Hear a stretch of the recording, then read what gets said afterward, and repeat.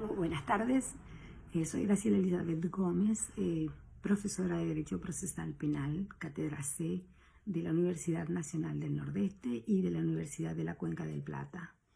En el día de la fecha vamos a continuar con este ciclo de charlas breves sobre el nuevo Código Procesal de la provincia de Corrientes, para lo cual he sido gratamente invitada por los miembros de la Escuela Procesal del NEA. Vaya pues mi agradecimiento al director de la misma, el doctor Marcelo Midón, y a ese grupo maravilloso de jóvenes que integran la Escuela Procesal del Nordeste. En el día de la fecha vamos a charlar sobre el libro segundo, título segundo, que específicamente trata del Ministerio Público Fiscal. Simplemente en dos capítulos. En el capítulo 1 se refiere exclusivamente al Ministerio Público Fiscal y el capítulo segundo a las fuerzas de seguridad. El artículo 68, en la referencia y distribución de funciones, aclara que cuando se menciona al fiscal en este código se está refiriendo al Ministerio Público Fiscal al que le corresponde actuar conforme a la ley orgánica respectiva. La distribución de los miembros del Ministerio Público Fiscal se realizará de conformidad a las normas que regulan su ejercicio.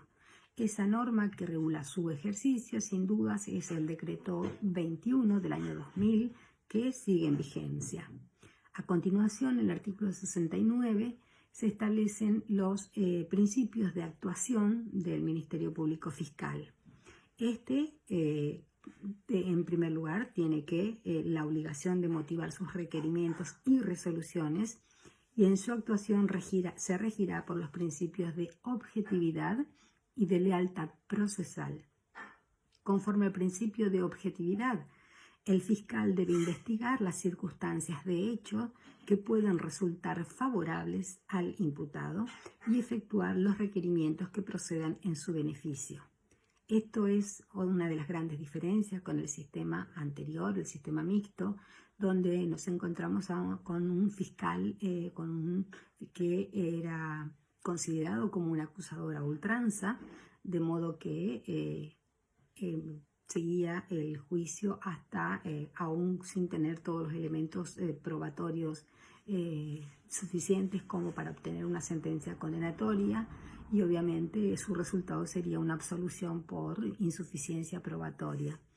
El principio de la lealtad procesal significa que el fiscal no ocultará a la defensa prueba que haya conocido o colectado, salvo cuando se hubiere decretado la reserva de las actuaciones. Otra de las cargas que tiene el fiscal están expresamente establecidos en el artículo 70, que le corresponde la carga de la prueba y debe probar en el juicio oral y público los hechos que fundan su acusación.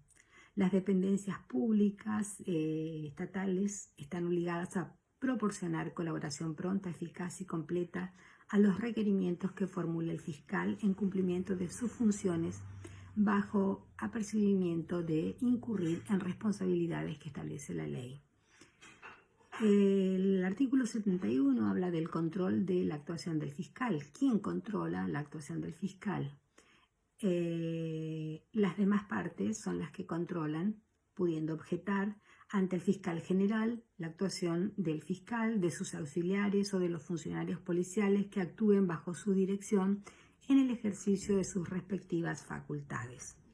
En el artículo 72 y 73 regulan las causales de excusación y de recusación que son remitiéndose al artículo 62, inciso A a G, con excepción de los que este fiscal hubiera intervenido como acusador, haber emitido opinión sobre el caso o haber intervenido en la investigación preparatoria o control de la acusación, o también podrá fundarse en cualquier otra circunstancia que por su gravedad afecte su objetividad en el caso.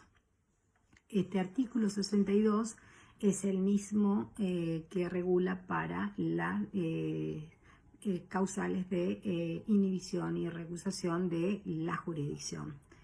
El trámite es en el artículo 73 se menciona cómo se realiza el trámite de excusación y de recusación en forma exhaustiva, y el de que definitiva resuelve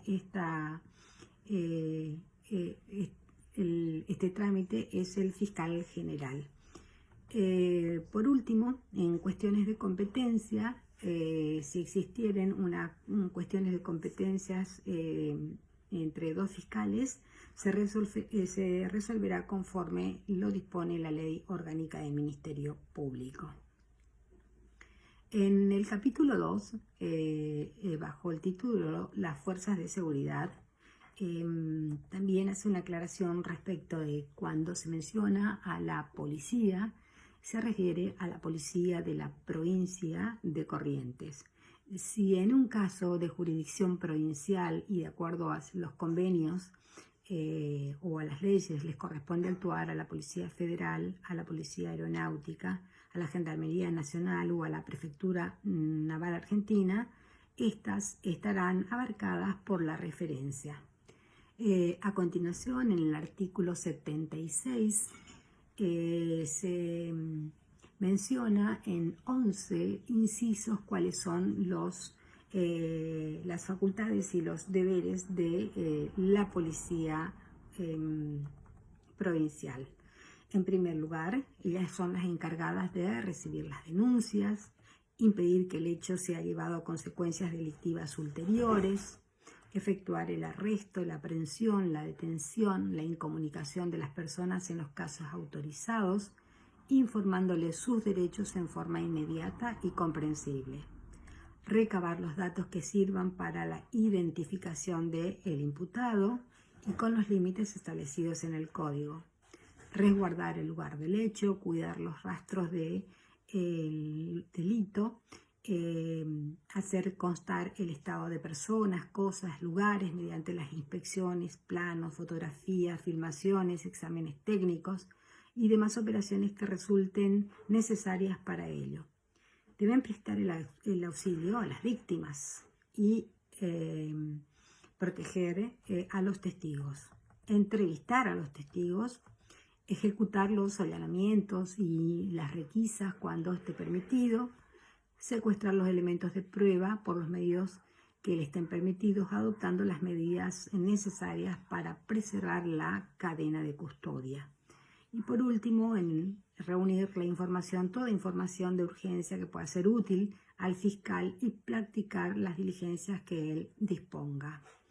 En el artículo 77 específicamente se establece quién va a coordinar a estas fuerzas de seguridad y la respuesta es que el fiscal emitirá las instrucciones generales necesarias para coordinar la labor de la policía a fin de lograr la mayor eficacia de la investigación. Y de oficio o a pedido de parte deberá apartarse a la fuerza de seguridad que intervenga si de la circunstancia de los hechos investigados surgiere que miembros de aquella podrían estar involucrados como partícipes en tales hechos. Hasta aquí el